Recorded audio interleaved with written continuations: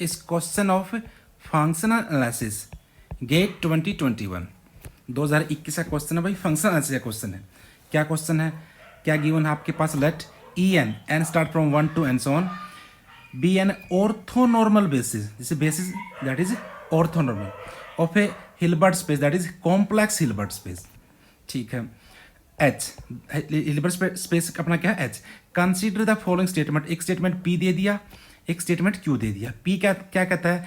There exist a bounded linear function, bounded कह लो या कंटिन्यूअस कह लो, फंक्शन में एक ही होता है। Bounded linear function from H to C such that basis के ऊपर ई एन के ऊपर वैल्यू क्या है उसकी 1/n। और अपना स्टेटमेंट क्यू में क्या क्या कहता है? There exist a bounded linear function G such that ji of E N is equal to 1/√n।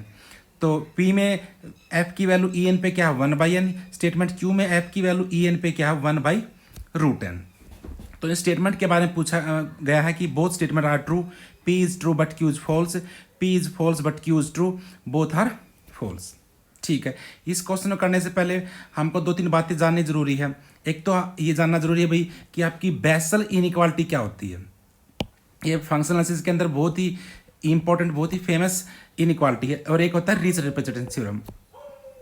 Ridge representation theorem क्या कहती है? अगर आपके पास कोई हिल्बर्ट स्पेस है, ठीक है, और उसके ऊपर कोई कंटिन्यूअस लीनियर फंक्शनल, कंटिन्यूअस कह लो या बाउंडेड कह लो, तो उस फंक्शनल के बदले में एक वेक्टर v आता है, that is unique vector for each continuous functional f there exist a vector v such that f की वैल्यू क्या होगी? इनर प्रोडक्ट से आ जाएगी। f की वैल्यू अगर x पे निकालनी है तो x का inner product with that fix vector v। ठीक है, और साथ में एक अच्छी बात और भी ये होती है कि इस फंक्शनल का नॉर्म और वो जो वेक्टर अपना यूनिक वेक्टर है उसका नॉर्म इक्वल होता है। ठीक है, तो ये अपनी रिज रिप्रेजेंटेशन थ्योरम, ये लीनियर अलजेब्रा में पढ़ते हैं हम और फंक्शनल में के अंदर भी, कि हिल्बर्ट स्पेस के ऊपर हो, कंटिन्यूअस फंक्शनल हो, then there exist some vector v। ठीक है, और बेसल इनइक्वालिटी क्या कहती है? अगर आपके पास हिल्बर्ट स्पेस है और E1 E2 EN आपके पास ऑर्थोनॉर्मल सीक्वेंस है H के अंदर, तो then for any vector x in H this inequality hold. ठीक है ना, कि जो आप कोई भी वेक्टर x आपके पास, x का inner product with that orthonormal sequence with modulus square and sum is less than equal to norm of x square, this x is same. ठीक है, दोनों में पावर में क्या आता है? स्क्वायर। ठीक है, ना अब सबसे पहले हम स्टेटमेंट क्यू देखते हैं। स्टेटमेंट क्यू को देखना, स्टेटमेंट क्यू में क्या क्या रखा है कि there exist a bounded linear function, bound कह लो या continuous, from H to C such that ji of E N is equal to 1/√n।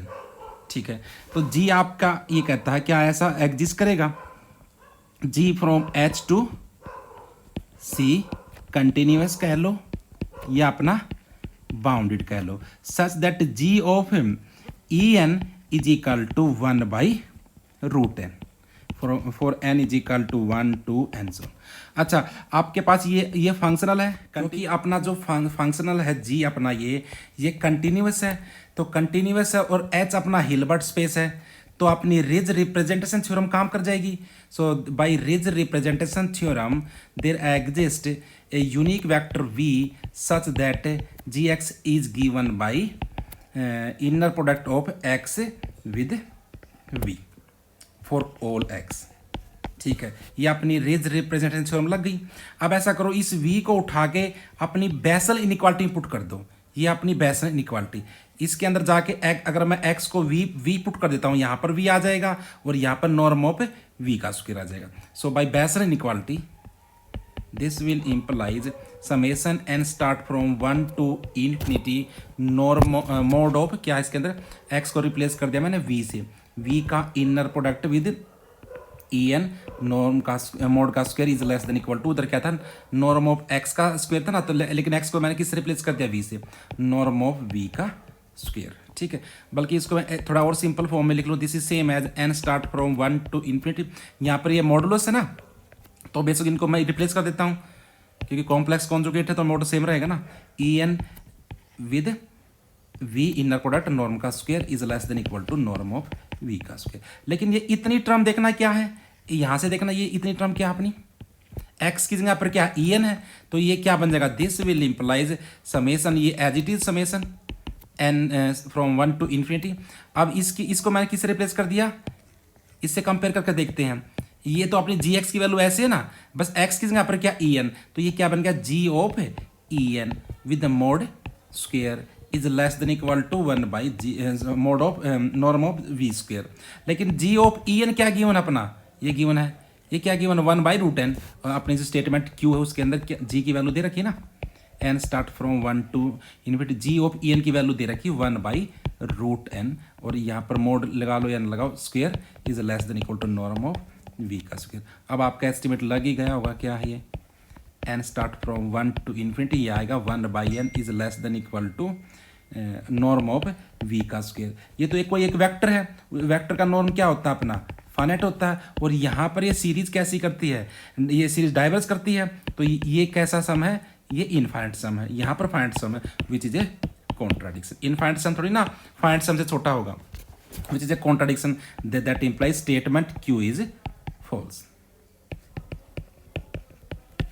Now come to statement P. Statement P पे आते हैं। स्टेटमेंट पी में क्या कहा है कि क्या ऐसा मैप लीनियर फंक्शनल एग्जिस्ट करेगा from Hilbert space to C that is bounded और continuous and g value at e N is equal to 1 by n. ठीक है ना, वहाँ इससे पहले वाले क्वेश्चन में क्या था, यहाँ पर क्या था 1 बाई रूट एन था, और उसकी वजह से कॉन्ट्राडिक्शन आ गया था। क्या कॉन्ट्राडिक्शन आया था, अभी हमने डिस्कस किया है, यहाँ पर इस इक्वेशन में के बाद कॉन्ट्राडिक्शन आ गया था ना, क्योंकि 1 बाई रूट एन का स्क्वेयर करोगे तो 1 बाई एन आ जाएगा और वो अपना डाइवर्स कर जाएगा। लेफ्ट में इनफाइनाइट, राइट में फाइनाइट हो गया था, ये कॉन्ट्राडिक्शन आ गया। लेकिन अगर जी की वैल्यू ई एन पे 1 बाई एन है, फिर कॉन्ट्राडिक्शन नहीं आएगा, क्योंकि यहाँ पर ये रूट कैंसिल हो जाएगा, फिर स्क्वायर क्या आएगा, 1 बाई एन का स्क्वायर हो जाएगा ना यहाँ पर। और स्क्वायर से तो हम जानते हैं पी टेस्ट से ये सीरीज कन्वर्स करती है, तो लेफ्ट में भी अपनी फाइनाइट थी, फाइनाइट बन जाएगा, और राइट में भी क्या बन जाएगा अपना, फाइनाइट बन जाएगा। तो यहाँ पर हमारा कोई कॉन्ट्राडिक्शन नहीं आएगा। तो हम ये उम्मीद करते हैं ऑप्शन पी, जो स्टेटमेंट पी है अपनी ट्रू होने के चांसेस है। ठीक है, ट्रू भी तब होगा जब हम एग्जैक्ट दिखा देंगे, हाँ भाई जी कोई है एक मैप जो बाउंडेड है, फंक्शनल है, ई एन पे वैल्यू कितनी है 1 बाई। तो हम एक मैप डिफाइन करने की कोशिश करता हूँ, g of x is equal to summation n start from 1 to infinity and x का inner product with E n. ठीक है ना, ये मैंने ऐसे इसलिए लिया ना क्योंकि जब मैं x को ई एन पुट करूँगा, यहाँ ई एन पुट हो जाएगा, और ई एन के साथ इनर प्रोडक्ट क्या होता है 1 होता है, लेकिन इसकी वैल्यू ई एन पे आनी चाहिए कितनी 1 बाई एन, तो मैं गुणा में क्या कर देता हूँ 1 बाई एन। ठीक है ना, अब आप आराम से देख सकते हो, जब एक्स जी की वैल्यू ई एन पे निकालोगे तो ये समेसन के अंदर सारी टर्म 0 हो जाएगी, एक्सेप्ट कौन सी टर्म, एन टर्म, और उसमें e n into 1 by n आ जाएगा। ठीक है ना, ई एन का ई एन के साथ inner product into 1 by N, और ये हमारे जानते हैं ये 1 बन जाएगा, वैल्यू कितनी बन जाएगी 1 बाई एन। ठीक है ना, तो ये बिल्कुल ठीक ले लिया हमने।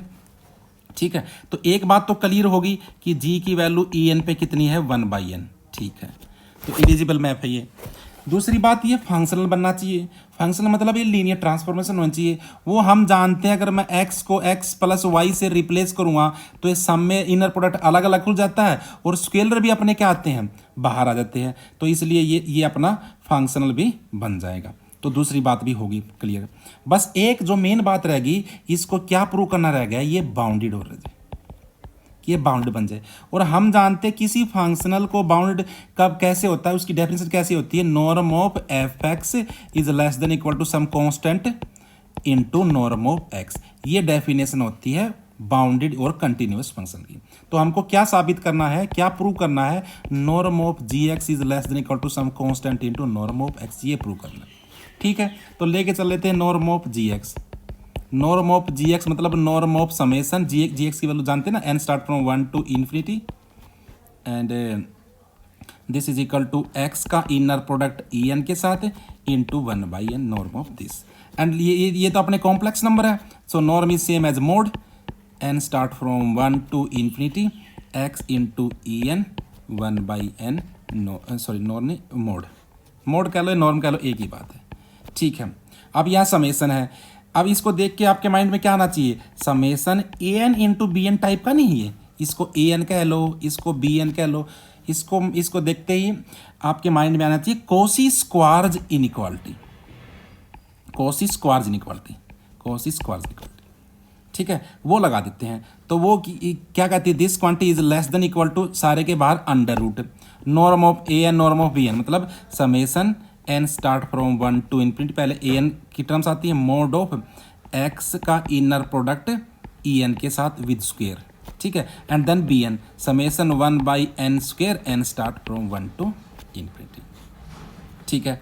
अब हाँ, अब तो हो ही गया काम सारा। ये क्वांटिटी है अपनी, ये तो कन्वर्जेंट अपनी सीरीज है, ये पाई स्क्वायर बाई 6 या 8 को कन्वर्स करती है, तो फिर भी मैं इसको कह देता हूँ this is K, so this is less than equal to, और इस टर्म को देखना, ये अपनी बेसल इनइक्वालिटी से किसके बराबर होती है, less than equal to norm of x का स्क्वायर, और सारे के बाहर अंडर रूट है, तो कुल मिला के इसके रूट को मैं कह देता हूँ से ए का देता हूँ ए, और ये क्या है, less than equal to norm of x का स्क्वायर, और सारे के बाहर क्या under root, less than equal to norm of X, तो हो तो गया अपना norm of ji x is less than equal to क्या आ गया, A times norm of X, तो इसका मतलब जी अपना बाउंडेड भी हो गया, ठीक है, जी अपना बाउंडेड और कंटिन्यूस भी हो गया, जी की वैल्यू ई एन पे 1 बाई एन भी आ गई, और जी अपना फंक्शनल भी आ गया, तो सारी बातें आ गई, इसका मतलब स्टेटमेंट पी अपनी क्या है, ट्रू है। So now come to options,